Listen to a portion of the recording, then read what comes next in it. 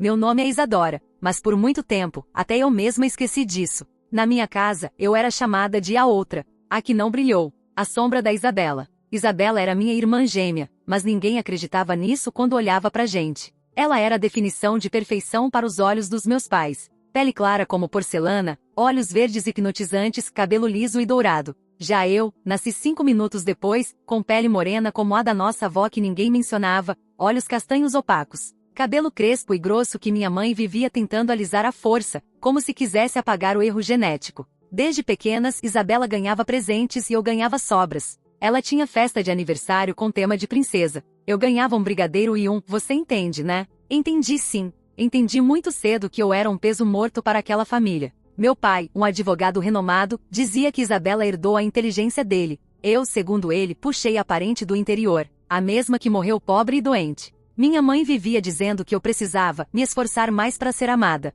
como se afeto fosse uma moeda que eu precisava conquistar. Eu achava que meu irmão, Rafael, seria diferente. Ele era mais velho, fazia piadas comigo e até me ajudava com dever de casa. Mas quando eu fiz 15 anos e ele disse na frente da família inteira: "Se eu fosse você, Isa, sumia daqui e fazia um favor pra gente." Tudo dentro de mim quebrou. Ele disse isso sorrindo, como uma piada. Mas ninguém riu, nem eu, e ninguém defendeu. Naquela noite, engoli o choro, fui até meu quarto e tomei uma decisão. Eu ia sumir sim, mas não do jeito que eles queriam. Eu ia sumir da forma certa. E voltar do jeito que eles menos esperavam. Comecei a estudar compulsivamente. Eles achavam que eu estava trancada no quarto me escondendo de vergonha. E estavam certos. Mas também estavam errados. Passei a devorar livros de biologia, química, anatomia, criminologia. Assistia a documentários e fazia anotações como se minha vida dependesse disso. E dependia. Porque cada detalhe, cada noite sem sono, era um passo longe daquele inferno.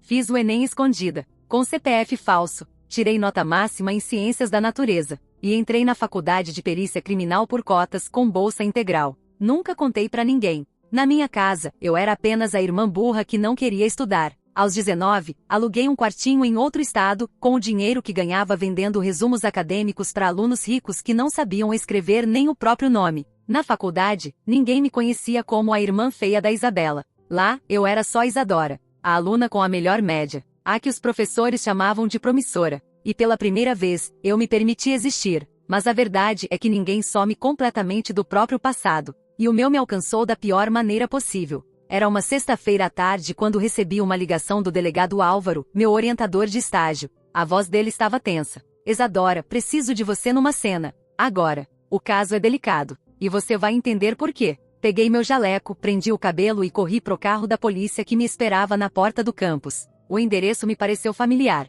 mas só quando entrei na casa e vi o corpo estendido no chão, meu mundo parou. Era Isabela, minha irmã gêmea. Ela estava desacordada, machucada, com sinais claros de envenenamento. Mas viva, por pouco. "Acreditamos que tentaram matá-la", disse o delegado. "Mas ela sobreviveu, e precisamos de alguém que conheça as vítimas, e saiba o que procurar." A ironia era brutal. A mesma família que me mandou sumir, agora dependia de mim. E foi nesse momento que tudo virou de cabeça para baixo. Entre as pistas espalhadas pela casa, encontrei um copo de vidro trincado, vestígios de um composto tóxico raro, e um bilhete, com minha caligrafia. Mas que eu juro por tudo, eu não escrevi. Ela roubou minha vida. Agora vou roubar a dela. Minha mente girou. Minha respiração ficou curta. Aquilo era uma armação. Alguém estava tentando me incriminar. Mas quem? E por que agora? Fui convocada a ir até a delegacia prestar esclarecimentos. O olhar dos investigadores era desconfiado, e o mais perverso de todos veio do meu próprio irmão.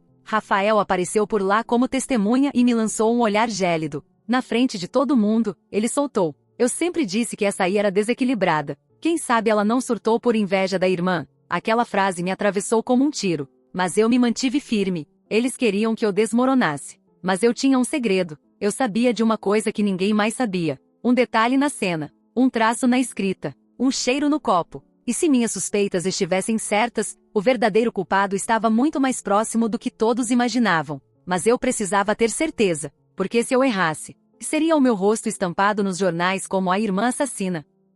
A delegacia parecia mais fria do que o habitual naquela manhã, não pela temperatura, mas pelo peso no ar. Eu me sentei diante do delegado Álvaro com a firmeza de quem já viu muita coisa: corpos mutilados, cenas de crime com sangue nas paredes, ossadas escondidas por anos. Mas nada disso me preparou para a sensação de estar sendo traçada por minha própria família. De novo, Isadora, disse Álvaro, entreabrindo uma pasta com as primeiras evidências coletadas, temos 3 testemunhas que disseram que você e sua irmã estavam brigadas. Tem até um bilhete. Aquele bilhete não é meu. E interrompi firme, sem hesitar. Alguém o forjou. E isso será analisado. Mas por enquanto, não há provas concretas que te inocentem ou te incriminem. Só coincidências. Muitas coincidências. Coincidência. Essa palavra me deu náuseas. A Isabela envenenada. Um bilhete com a minha caligrafia. A substância no copo. Triclorofeno. Algo que só um perito saberia manipular. E eu, a irmã renegada que teria todos os motivos do mundo para odiá-la.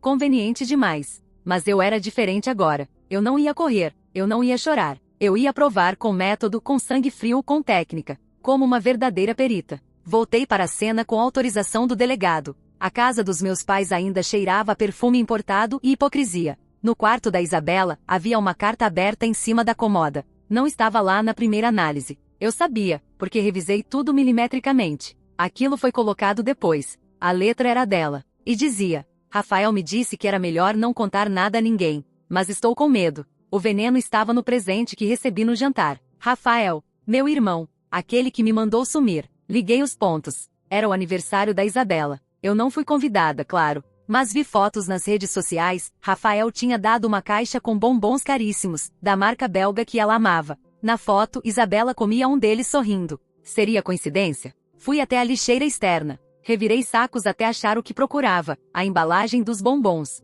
2 ainda estavam inteiros, intocados. Levei para o laboratório. O resultado saiu no fim da noite. Triclorofeno, a mesma substância encontrada no copo. Mas agora, o rastro era mais limpo. A composição indicava manipulação amadora, alguém sem formação técnica, mas com acesso básico a fórmulas químicas. Alguém como Rafael, formado em educação física, mas obcecado por suplementos naturais, produtos manipulados e fórmulas milagrosas. Além disso, ele tinha acesso ao computador da Isabela. Eles moravam juntos, algo que os pais incentivaram quando disseram que eu não tinha condições emocionais de viver com a irmã. Mas nada disso era prova definitiva. E eu sabia, se eu acusasse meu irmão sem mais evidências, toda a história voltaria contra mim. Então eu montei uma armadilha. Liguei para Rafael. Oi, mano, posso te ver amanhã? Fiz a voz hesitante. Eu tô com medo, tô achando que a polícia acha que fui eu. Silêncio do outro lado. Você sabe que foi Isa. Ele disse, com a voz mais baixa do que o normal.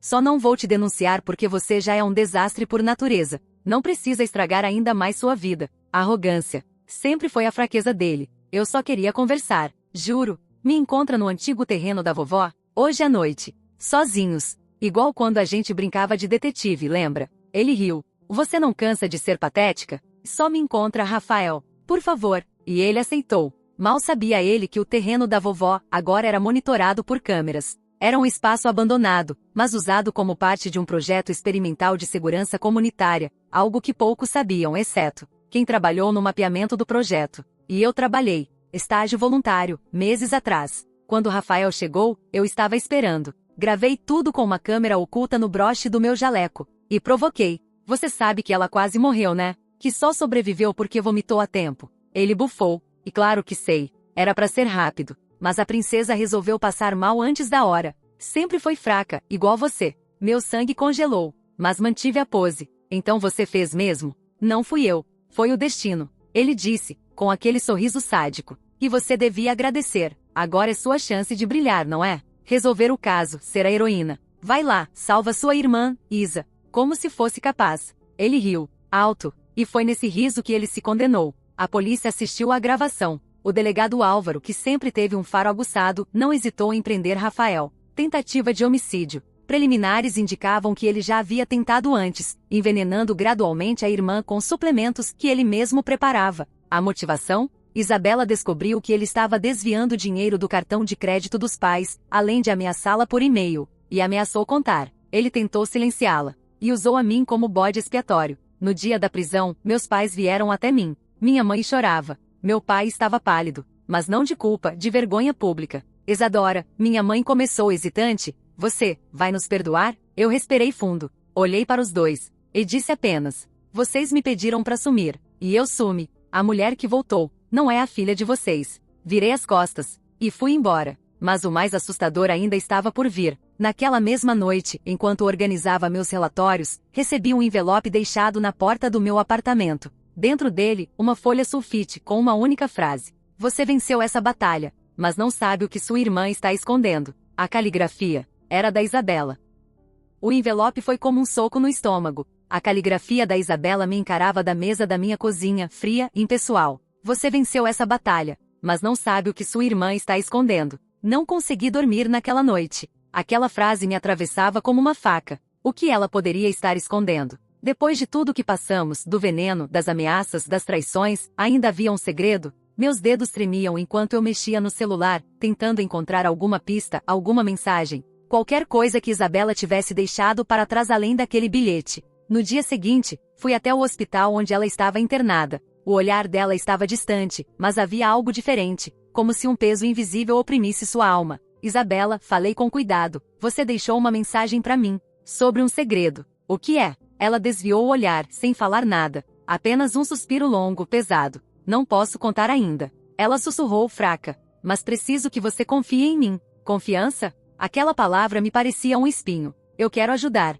E insisti. "Mas não se esconde de mim, Isa. Não mais." Ela fechou os olhos e por um momento, a Isabela perfeita da família sumiu, revelando uma garota frágil, cheia de medo e culpa. Eu fiz algo que não devia. Algo que pode destruir tudo. Voltei para meu apartamento com a cabeça fervendo. Aquele segredo da Isabela podia ser a chave para entender toda a trama, ou um veneno ainda mais letal para mim. Passei horas revendo os arquivos do caso. A polícia coletou provas, depoimentos, registros bancários, mas algo me incomodava. Nenhum deles mencionava uma terceira pessoa. Alguém que poderia estar por trás de tudo. Então, entre um relatório e outro, achei um padrão curioso: gastos incomuns na conta da Isabela. Transferências pequenas para uma conta bancária desconhecida, todas feitas nas últimas semanas antes da tentativa de envenenamento. Fui até um banco próximo, disfarçada, para tentar descobrir de quem era aquela conta. O gerente, depois de me analisar com desconfiança, confirmou: a conta era de um homem chamado Sérgio, um nome que não dizia nada para mim. Mas para Isabela, aparentemente dizia muito. Pedi para olhar o histórico de transações e encontrei algo inquietante: depósitos regulares de grandes somas. Dinheiro que parecia estar sendo enviado com urgência. Quem era Sérgio? E qual era a ligação dele com minha irmã? Decidi investigar mais. Vasculhei o telefone de Isabela com autorização médica. Eu era sua única parente próxima com poderes legais, por enquanto. Nos apps de mensagens, encontrei conversas deletadas, mas com fragmentos recuperados. Uma dessas conversas era com Sérgio. Ele a pressionava para esconder algo da família. Algo que podia arruinar a reputação deles. Ele ameaçava expor um segredo que envolveria não só Isabela, mas também meus pais. Algo tão grave que poderia fazer a família desmoronar. De repente, tudo fez sentido. A Isabela que eu conhecia, aquela que parecia perfeita, estava presa em um jogo muito maior. Eu comecei a desconfiar. E se o veneno não fosse só para matar? E se fosse para silenciar uma testemunha? Voltei ao hospital e pedi para falar com Isabela em particular. Ei, Isa, você precisa me contar o que está acontecendo. Eu prometo que vou proteger você. Não importa o que for. Ela hesitou, mas depois, num fio de voz, disse: eu vi algo. Algo que não devia. Vi meu pai, com Sérgio. Eles discutiam sobre uma empresa, mas de uma forma que não parecia só negócios. O que exatamente? Perguntei. Algo ilegal. Desvio de dinheiro, lavagem. E eles estavam desesperados para que ninguém descobrisse. Meus olhos arderam. Era como se uma cortina de fumaça se abrisse, revelando uma verdade obscura que a família tentava esconder. Quando saí do hospital, senti que alguém me seguia. A rua estava vazia, mas os passos atrás de mim eram claros e firmes. Eu acelerei o passo, meu coração batendo como um tambor. Quando olhei para trás, um homem com capuz se afastava na esquina, desaparecendo em uma viela escura. Era uma ameaça clara. Eu estava mexendo onde não devia. Cheguei em casa tremendo. Liguei para o delegado Álvaro. Álvaro, estou em perigo. Alguém está me seguindo. E descobri que a Isabela está envolvida em algo muito maior do que apenas essa tentativa de assassinato. Ele me pediu calma, mas me garantiu que reforçaria minha proteção. Não podia confiar em ninguém mais.